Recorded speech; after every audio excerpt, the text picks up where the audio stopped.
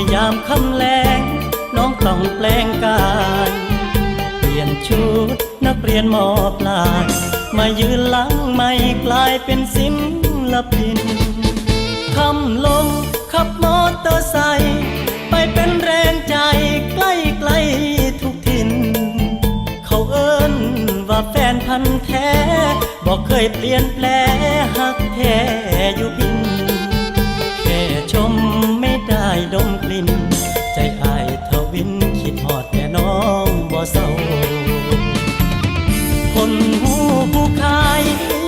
อ้ายมีดอกไม้มาฝากจากใจแฟนเพลงคนยากเงินอ้ายบ่มีติบน้องคือเขาห่วงเจ้าสาวอิเล็กโทนย่านพวกมือซนลอยบายน้องเจ้าอยู่บนเวที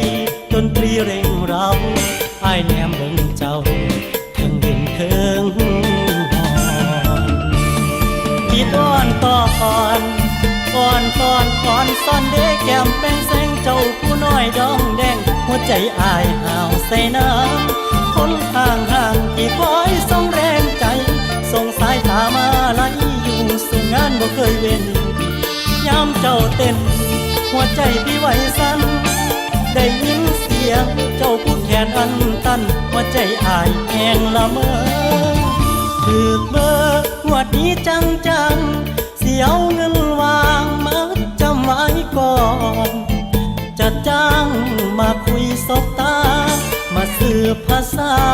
หัวใจก่อนนอนผู้สาวอิเล็กโทนบ้านดอนใจอายสะอ่อนมันแอบหาคนงาม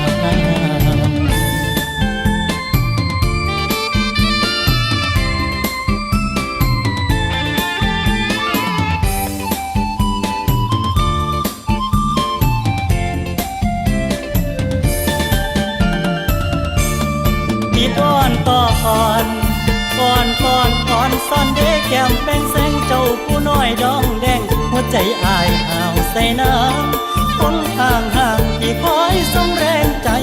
ส่งสายตามาไล่อยู่สู่งานบ่เคยเว้นยามเจ้าเต้นหัวใจพี่ไหวสั่นได้ยินเสียงเจ้าผู้แขนอันตันหัวใจอายแห้งละเมอถือเบอร์งวดนี้จังเสียวเงินวางมาจำไว้ก่อนจะจ้างมาคุยสบตามาสืบภาษาหัวใจก่อนนอน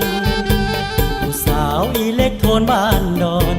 ใจอ้ายสะอ่อนมันแอบหาคน